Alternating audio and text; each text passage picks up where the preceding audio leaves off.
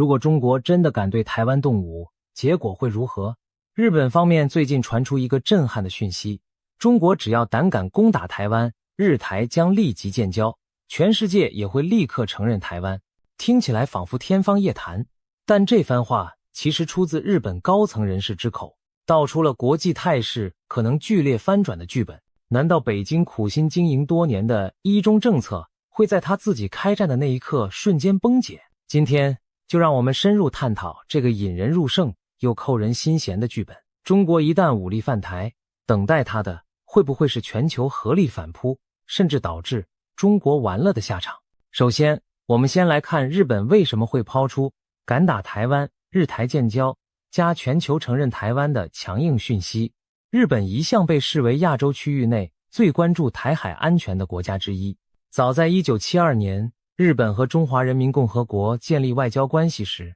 双方发表的日中联合声明里，日本理解并尊重中国关于台湾是中国一部分的立场，但并没有亲口承认台湾是中国领土的一部分。这种刻意保留的外交措辞非常耐人寻味。所谓理解并尊重，听起来给足了北京面子，实则为日后预留空间。毕竟，日本战后签署的1951年旧金山合约放弃了对台湾的主权，但并未明确台湾交给谁。换句话说，日本从法律上从未承认台湾属于中华人民共和国。长期以来，这种模糊策略是为了与北京维持关系，但另一方面也意味着一旦情势巨变，日本有法律和外交上的回旋余地。近年来，随着中国在军事和外交上对台湾施压不断升高，日本国内的态度也日益强硬起来。台湾有事就是日本有事，这句话时常挂在日本政界人物的嘴边。前首相安倍晋三生前就多次警告，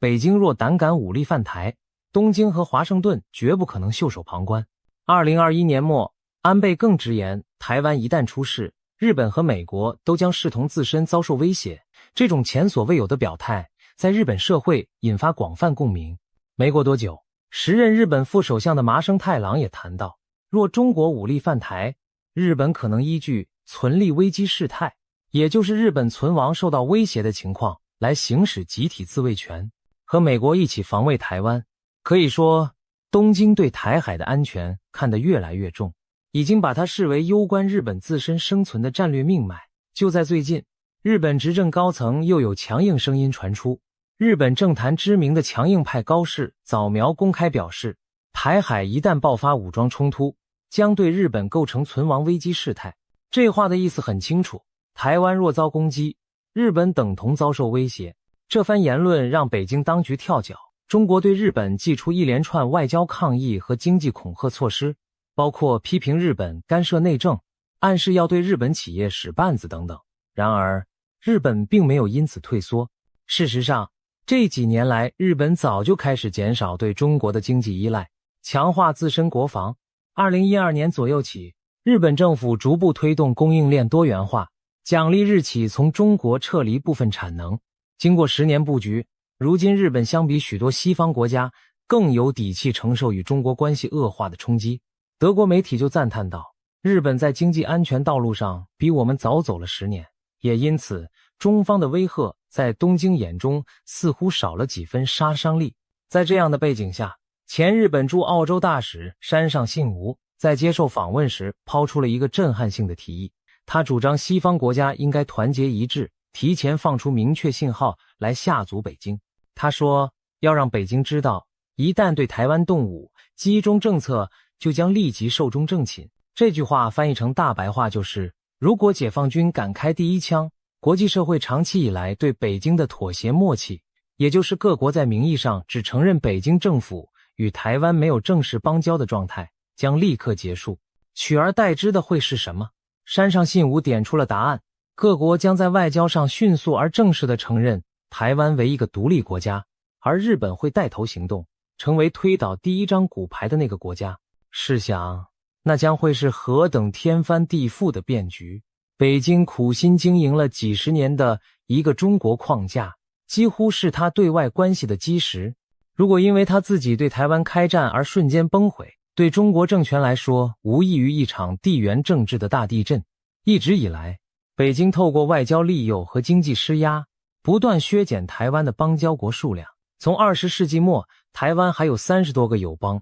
到现在仅剩10余个小国与台北保持正式邦交，其中绝大多数是太平洋、拉美的岛国或中美洲小加勒比海国家，而中国则与全世界绝大多数国家建立了外交关系，并坚持这些国家必须与台湾断交才能换取与北京来往。可以说，北京在外交上围堵台湾多年，投入了巨大资源，就是要营造台湾被国际孤立的局面，从而强调自己对台湾的主权声索。然而，正如谚语所说，魔高一尺，道高一丈。中国虽然看似在外交上封死了台湾，但也把自己困在一个框架里。只要国际社会还在遵守一中政策，北京对台动武还能被一些国家视作中国内政问题。可一旦他自己撕破和平的底线，这个框架将不复存在。各国将不再顾及所谓理解尊重北京立场的外交辞令，而转而把台湾视为与乌克兰、科威特等遭侵略国家一样需要全力声援的对象。到那个时候，全球主要民主国家，从华盛顿、东京、伦敦到堪培拉、渥太华，甚至包括许多平常对中国态度谨慎的欧洲国家，都可能纷纷宣布承认台湾政府的合法性，支持台湾以主权国家身份立足于国际社会。我们不妨描绘一下那种场景。如果某天黎明，中国的飞弹划破台湾的天空，消息传出后的几个小时内，世界各国的首都电话线将被打爆，紧急会议连夜召开。东京这边，日本首相脸色铁青地对全世界发表电视讲话，严厉谴责北京背信弃义，破坏区域和平，然后郑重宣布日本政府与中华民国台湾恢复邦交。华盛顿方面，美国总统召开记者会，宣布与盟友同步对中国祭出严厉制裁，更暗示美国将重新审视对台湾的政治定位。在伦敦，在柏林，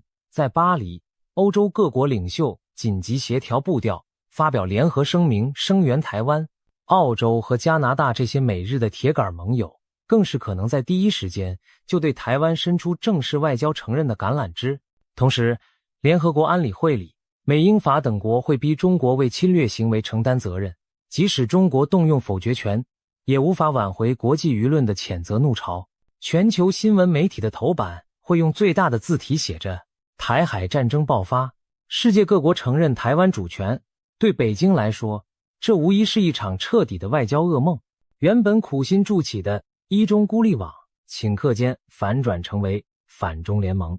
当然，你可能会问，各国真的舍得瞬间扭转几十年来的外交政策，为台湾与中国撕破脸吗？毕竟中国的经济体量和全球影响力如此庞大，许多国家都和中国有千丝万缕的贸易往来，难道他们愿意为了台湾一夕之间把关系翻转？这正是北京仗义自恃的地方。中国领导人深信，世界离不开中国市场，再怎么不满，也不至于为了台湾跟中国全面对抗。然而，历史的经验或许会给我们不同的启示。2022年俄罗斯入侵乌克兰之前，谁能料到欧洲国家会如此团结地对莫斯科实施石破天惊的制裁？当时俄罗斯的天然气几乎是德国等国的命脉，法国、意大利等也与俄有大量商业往来。但当坦克压过乌克兰边境，欧洲瞬间痛下决心，宁可经济受损也要站出来对抗侵略。各国冻结俄罗斯资产，提出金融结算系统，禁止俄国石油进口，代价固然沉重，但自由世界展现了在原则问题上同进退的决心。同理，台湾局势对许多民主国家而言同样是原则问题，更何况台湾的重要性在某些方面比乌克兰有过之而无不及。台湾坐拥全球最尖端的半导体产业，被誉为科技产业的心脏。台湾的地缘位置战略关键，控制台湾就等于控制第一岛链，进可威胁日本与太平洋航路，退可扼住南海进出口。这意味着，一旦台湾陷落在北京手中，不仅仅是道义问题，更直接威胁周边国家的安全与全球经济秩序。日本首当其冲，台湾离日本最近的琉球群岛仅一水之隔，谁掌控台湾，几乎就能把日本的海上生命线掐在手里。对美国而言，台湾是太平洋防线上的关键一环，一旦失守，美军在西太平洋的影响力将大受影响，盟友信心也会动摇。对欧洲来说，或许距离遥远，但一个崛起中的专制大国用武力改变现状而得逞，将在全球开创恶例，间接威胁到以规则为基础的国际秩序。也因此，台湾若遭侵略，各国在利害考量上更有动力挺身而出。那具体来说，全世界立刻承认台湾可能怎么发生呢？我们可以从几个层面来看。首先是官方外交承认，日本如果带头宣布与台湾建立正式外交关系，势必给其他国家做出榜样。别忘了，许多国家过去不跟台湾建交，主要是怕激怒北京，但如今北京已经亲手打破了和平现状，他们再无顾忌。想象一下，几十年来各国政府文件中回避使用的 Republic of China 中华民国字眼，将首次大喇喇地出现在各国外交公报里，台北驻各国的代表处牌子上，台北经济文化办事处会换成大使馆的名牌，各国驻台机构的代表也将改头换面成为特命全权大使。这一系列变化对台湾人民而言将是莫大的精神鼓舞，以及国际正式承认了台湾的国家地位。相对的，对北京而言则是奇耻大辱，意味着他长久以来赖以宣称拥有台湾的国际合法性基础已荡然无存。其次是国际组织的席位，目前因为中国的阻挠，台湾被排除在几乎所有重要的政府间国际组织之外，最具象征意义的莫过于联合国。在北京的强力施压下，联合国自1971年通过第2758号决议以来，一直由中华人民共和国取代台湾，中华民国占据中国席位，台湾则处于没有席次的状态。如果台海爆发战争，并且主要国家纷纷承认台湾，那势必会引发对联合国现状的挑战。虽然中国作为安理会常任理事国，可以挡下任何修改联合国决议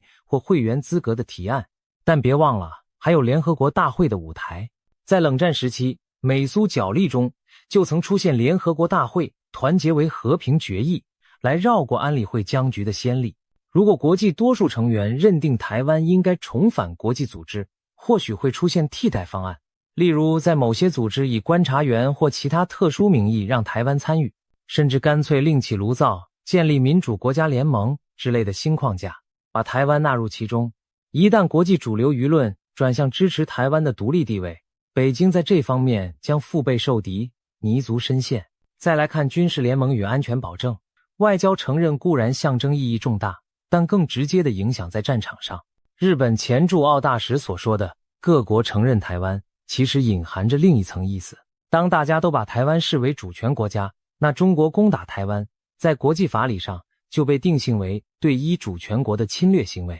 因此协防台湾就有了更强的正当性基础。一直以来，美日同盟虽然暗中准备台海战事的各种预案，但受到一中政策限制，美日官方从未公开宣称要一起保卫台湾这个国家。可是如果战争一起，原本隐晦的合作将公开化、正式化，我们很可能看到日本引用其新安保法中的存立危机事态条款，与美军共同投入对中作战。这将包括日本自卫队提供后勤支援，出动海上自卫队舰艇在第一岛链巡弋拦截解放军，派遣战机加强防空，甚至在必要时出兵保护离台湾很近的仙岛、诸岛等日本领土。更不用说美国驻日的各大军事基地，从冲绳的加手纳空军基地到横须贺的第7舰队母港，都将成为联合作战的中枢枢纽。这对中国来说意味着什么？意味着它必然面对不止台湾一个对手，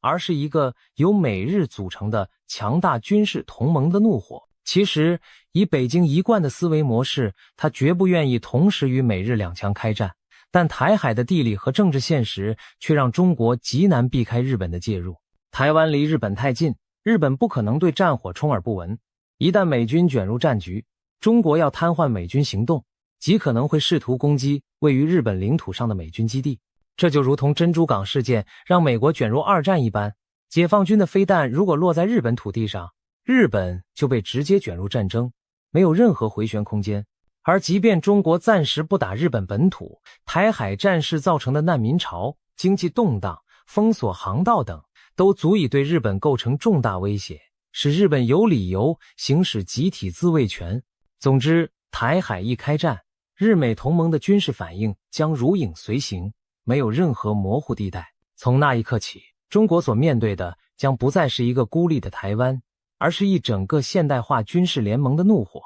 除了美日之外，我们还应该看到其他国家的潜在行动。澳大利亚近年来和美日的军事合作日益紧密，加入了美英的 AUKUS 同盟，计划发展核潜舰技术，就是为了因应区域安全挑战。可以预期，澳洲作为亚太主要民主国家，对台海战事也不会坐视不理，很可能澳洲海军的军舰和潜艇会加入美日的行列，在西太平洋巡航、监视或攻击解放军舰队。同样的，英国、加拿大等传统盟国也可能派遣象征性舰队来支援，以展示国际联合阵线。甚至印度这个亚洲人口大国，虽然长期在台湾问题上保持低调，但若中国在东亚挑起战端，印度很可能趁机在喜马拉雅边境施压，牵制中国。至于欧洲诸国，尽管军事力量直接投射到远东有限，但不排除北约以集体身份对中国发出严厉警告，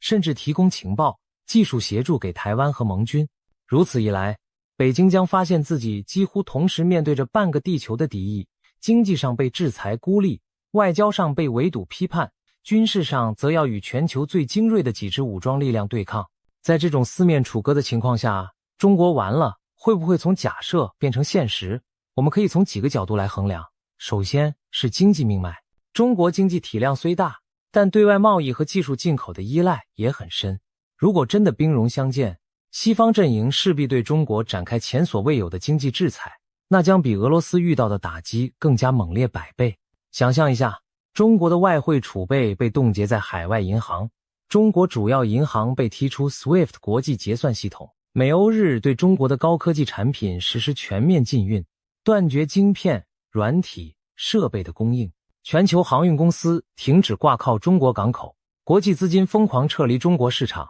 对高度融入世界经济的中国而言，这无异于经济核弹爆炸。中国出口导向的制造业会因为失去市场而瘫痪，大批工厂倒闭，失业率飙升。同时，高科技产业因为断供，无法取得关键零组件而陷入停顿。即便中国试图携稀土、矿产等要害原料反击，也难改整体颓势。因为此时的西方阵营决心已下，宁可互相帮补，撑过难关，也不愿再被中国要挟。正如日本前大使所言，中国以前习惯各个击破，各自施压，但当面对一个团结的联盟时，将发现自己毫无胜算。一旦国际联手制裁启动，13亿中国人民也将面临改革开放以来最严峻的经济寒冬。内部物资短缺，物价飞涨，资本市场崩跌，这些情景不是危言耸听，已经发生在被制裁的俄罗斯身上，换成中国只会更剧烈。经济雪崩可能带来社会与政治的海啸。当老百姓发现因为对台湾开战招致国家陷入孤立与贫困，民心势必要动摇。尤其中国城乡之间、不同阶层之间本就存在收入鸿沟和不满情绪，在战时高压统治下暂时被民族主义热情压制，但若战事进展不顺，伤亡不断，又雪上加霜，迎来经济崩溃，那种失望和愤怒终将无法掩盖。历史上，专制政权在战争失利后崩溃的例子比比皆是。从1982年阿根廷军政府因福克兰战争溃败而垮台，到1905年沙俄在日俄战争失利引发革命动荡，再到二战末期的日本和德国政权覆灭，中国共产党当然深谙此理，所以长期以来对外虽摆出强硬姿态，对内却很清楚打一场大战的风险。然而，如果习近平政府真的误判形势，执意对台动武，那就是把自己推上了一条不归路。一旦开战，就没有简单的下车机会。战场上如果不获得一场干净利落的胜利，他的政权正当性就将遭受沉重打击。可是，要在台海获得快速且干净的胜利，谈何容易？我们接下来就谈谈战场本身的挑战。台湾海峡天险横陈，台湾本岛多山有险，登陆作战极为困难。解放军固然这些年实力大增，拥有亚洲最大规模的导弹库和海军舰队，但现代战争不是拼人海和铁炮就能轻松赢的。美国的军事专家们不断推演台海战争，他们的结论相当一致：中国除非能在极短时间内击溃台湾防卫，否则随着时间拉长，外国援军介入，他取胜的希望将急剧下降。简单来说，北京如果无法打出一场闪电战，就得做好陷入持久战最后失利的准备。台湾军民经过多年准备，早已预想最坏状况，做好抵抗到底的觉悟。每一座城市都可能成为奋战的堡垒，每一条街巷都有可能演变成让入侵者付出血代价的绞肉场。此外，台湾还部署着先进的飞弹和防空系统，拥有世界顶尖的资讯战能力，再加上地形复杂，对于进攻的一方极为不利。如果美日援军在从旁策应，制海权、制空权渐渐转回到同盟手中，那中国的登岛部队很可能在补给线被切断的情况下陷入困境。可以试想，解放军或许在战争初期投入20万大军登陆台湾，却被顽强的守军和武装平民困在城镇拉锯。同时，中国沿海重要军港一再遭到美日潜艇和飞弹打击，舰艇损失惨重。空军虽然飞机数量不少，但在美日第5代战机与先进防空网面前也折损殆尽。太平洋上，美国航母战斗群与盟国潜艇不断狙击企图增援的解放军船团，战事一旦陷入这种胶着状态，对中国就是噩梦开端。反观同盟这边，虽然也要承受损失，但因为是联合作战，资源与科技优势更胜一筹，可以相互支持。美国庞大的军工生产能力将开足马力，源源不绝的武器运往前线。日本本土虽会受到一定攻击，却能仗着坚强的防御和美军保护支撑下去。台湾本地的抵抗力量则在国际援助下愈战愈勇，时间越拖长，对中国越不利。国际上反战、谴责中国的声浪也会日益高涨，更多国家可能参与制裁或提供援助。可以说，开战之日很可能就是中国败局已定之时。这也是为什么许多理性的中国军事专家私下承认，武统台湾是一场代价极其高昂、前景极其暗淡的豪赌。赢了，可能勉强占领一块满目疮痍的焦土，却收获一个国际孤儿的身份；输了，不仅什么都得不到，反而赔上国运，赔上政权稳定。再退一步说，即便中国侥幸在战场上取得阶段性胜利，强行占领了台湾，事情也不会就此结束。台湾广大人民是绝不会认同北京统治的，地下抵抗运动和全民不合作将让占领当局坐立难安。就像当年美军占领伊拉克后陷入无休止的叛乱攻击一样，中国若强行控制台湾，恐怕将面对长期的游击战、恐怖袭击和社会抵抗。一想到原本以经济发展为豪的中国，可能沦落到每天计算阵亡将士棺木、提防四处暗杀爆炸的泥潭，试问北京的决策者真敢冒这个险吗？尤其那时候的中国还得同时应付驻扎在东亚边缘虎视眈眈的美日联军，防备国内要求变革的呼声，以及恢复经济民生的重担，可以说腹背受敌，疲于奔命。这样的一个局面，还谈何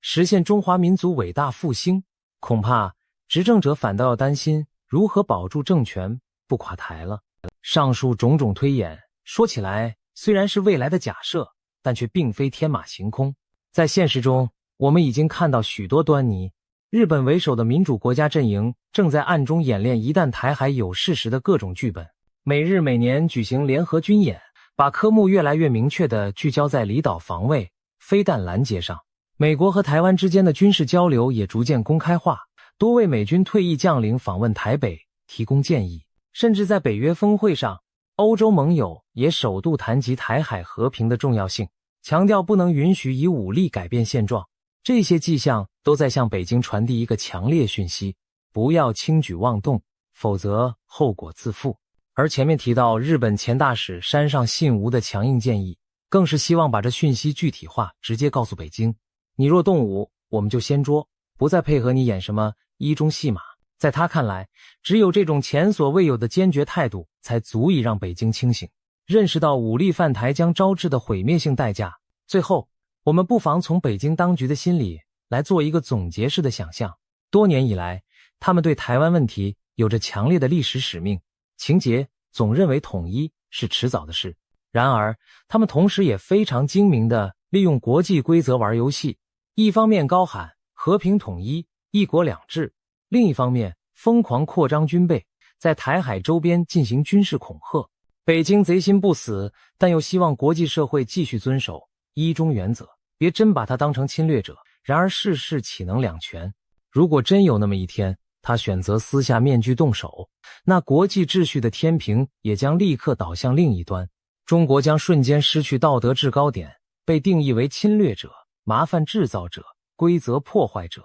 那些平日里被他用金钱绑住的朋友，转身就可能成为敌人。那些口头上理解他立场的国家，马上改口谴责。而他自己最害怕的台湾独立，将以另一种戏剧性的方式成真。不是台北宣布独立，而是世界各国把台湾独立的现实照单全收。这一幕幕翻转的剧情，对北京而言，想必是最不愿面对的噩梦。然而，正如物理学中的作用力与反作用力原理，如果北京一意孤行，亲手挥出战斧，他就必须承受反击的重拳。总而言之，中国完了，日本呛声，敢打台湾，日台建交，全球立刻承认台湾。这句听来刺耳的警告，其实是一贴忠言逆耳的预防针。他要告诉所有人，尤其告诫北京当局，21世纪的今天，动武吞并一个民主社会将不再是某个国家的内部事务，